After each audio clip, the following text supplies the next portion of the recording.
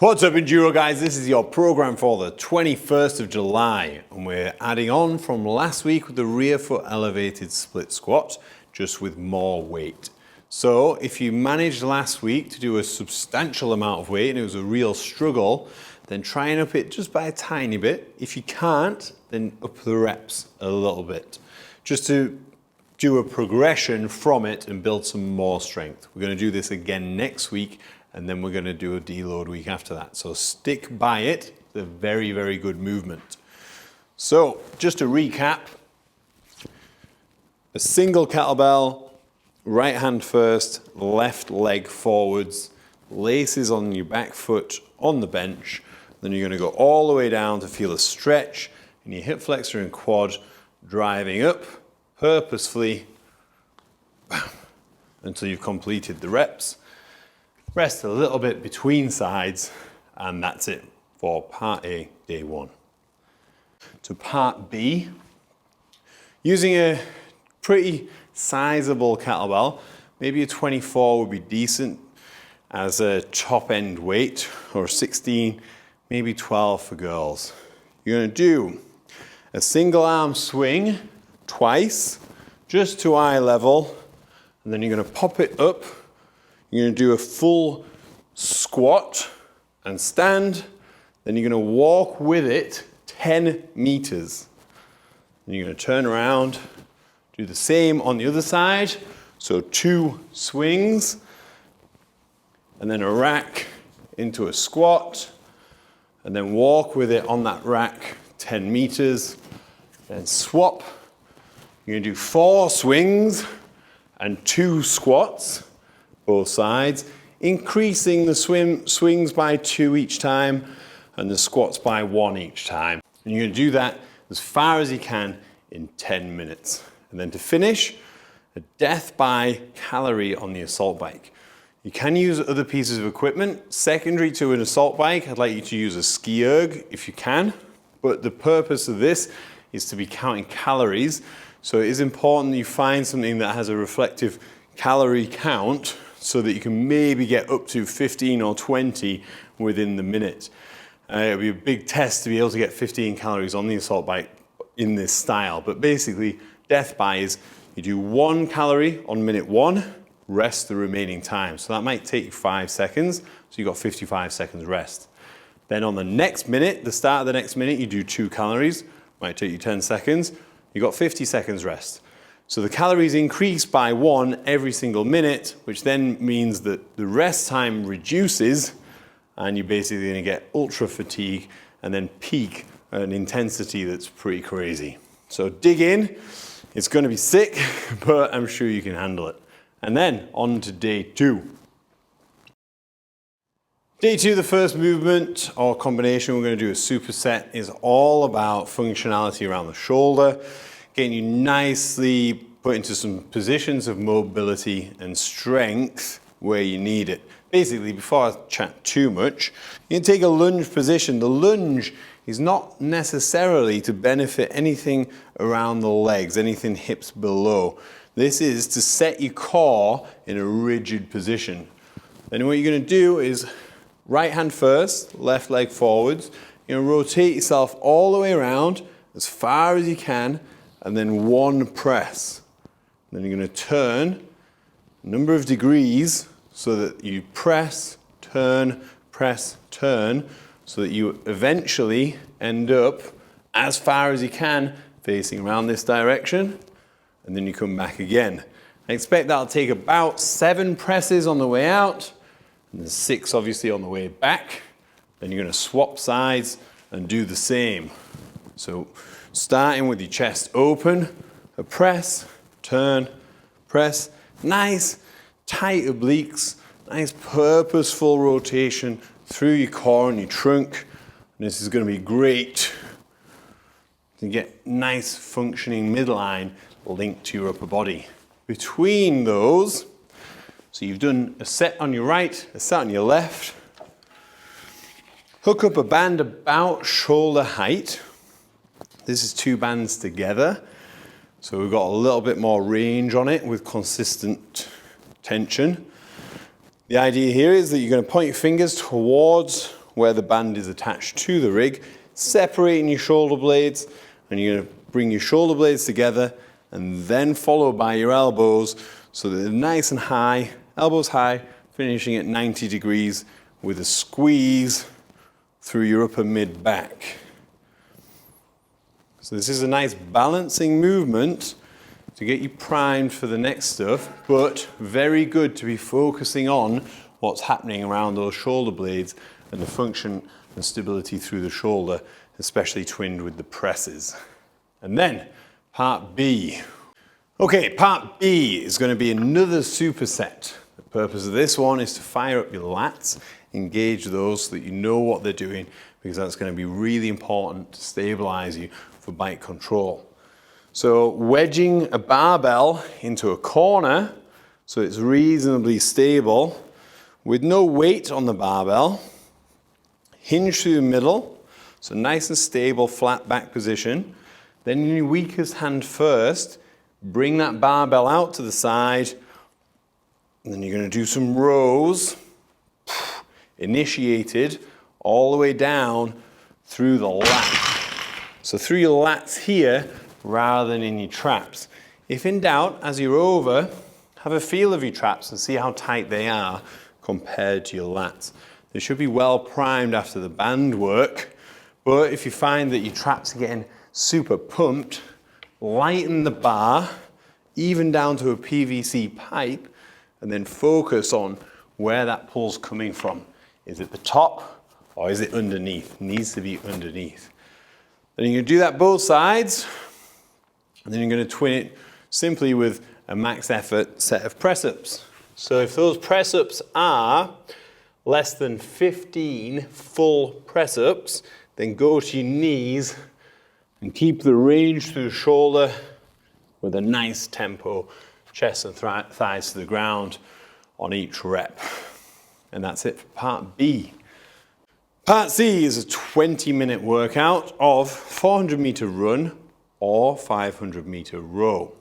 You can obviously sub that out for about 1:45 to 2 minutes work on a skier, a bike, whatever you like, but I would prefer it to be a run today.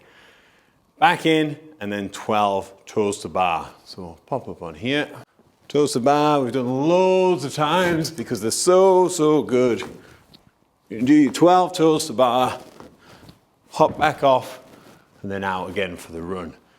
As many times round as you can in 20 minutes. That's a long run. It's very good for this cardio base.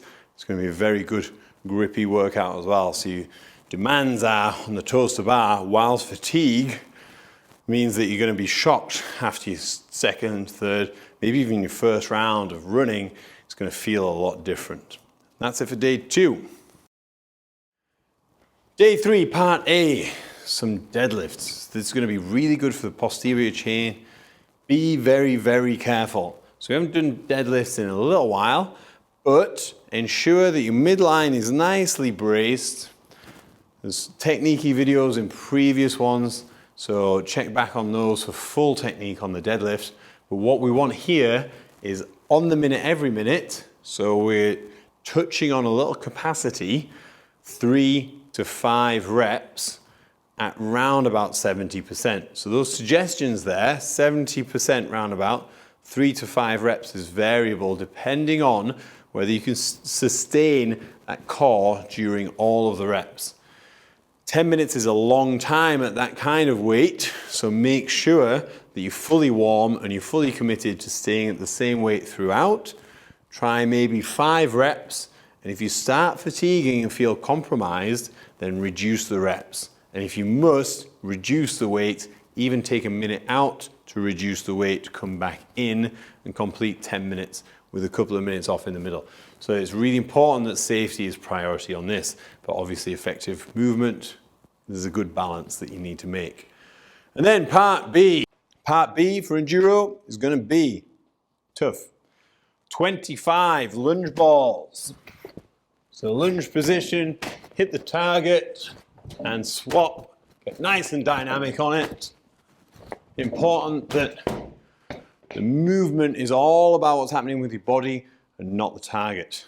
25 lunge balls, 10 burpees, 250-meter row. You do 8 rounds of that or half an hour. So cap it at half an hour. If you don't get finished in that time, then finish there, you've probably done enough. And that's it for part B. Then we want to bring the heart rate down a little bit, but learn a bit about pacing on the rower. You can do this on the bike, have a steady bike home, whatever, but it'd be good to be able to do with metrics on a screen on a rowing machine, 10 seconds slower than your 2,000 meter pace for a 10-minute steady row. And that'll be it for day 3. All right, change of theme on day 4, recovery day. So you're gonna do 10 minutes steady state cardio just to get your heart rate going. And then we're gonna do some activation and mobility work that you might not have done before. So to start with a tiny plate, just to get a little bit of feedback, start with your good arm hanging out to the side. So what we're trying to do with this is to take off weight from your traps up here, put them down into your lats. So tensing your obliques against your lats, using your spare hand to touch yourself and see what's firing. Once you feel your lats on, if you feel your lats on, make sure your traps are off by giving it a wiggle, nice and soft, and then simply moving like a bicep curl this weight. So the purpose of this is to get full external rotation through, so we've got good mobility gaining in the shoulder, and you're reinforcing that your lat and your pec, these are stabilizing your shoulder and not your trap. So you're gonna do 12 to 15 reps, each side 3 times round. Then moving on to something similar, but a little bit different. Onto a bench, practicing again, obliques fired, lats on, 2 plates overhead, tuck your chin. Now you're gonna focus on more your pecs now, so pecs stabilizing against your lats. From here, reach, you come back to a point where you feel like you can't go any further without displacing your shoulder and going soft, or displace your spine. And then from here, come back up, breathe out, and back down, back up. You're gonna do between 10 and 15 reps, 3 times round with plenty of rest. It's a lot more difficult than it looks. It's really good for awareness around the shoulder, what muscles are actually doing what. And then, my favorite opener of all time, the Jefferson squat. So barbell, start light. You're gonna do it 3 times each side. So right foot is gonna be pointing forwards on the other side of the bar.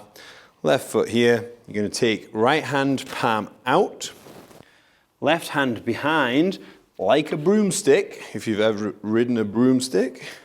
Then from here, chest nice and tall.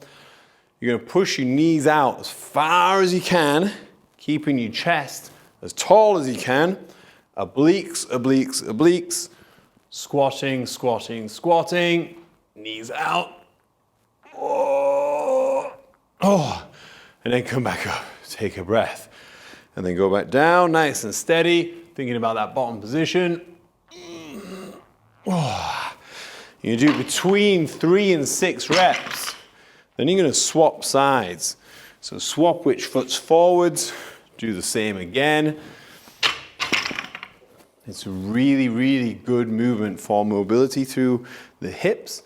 And again, linking that core to what's happening in your legs and your hips. So really important as riders that we have this linking of the shoulder and core, hips and core, then you're a functioning, well-rounded athlete.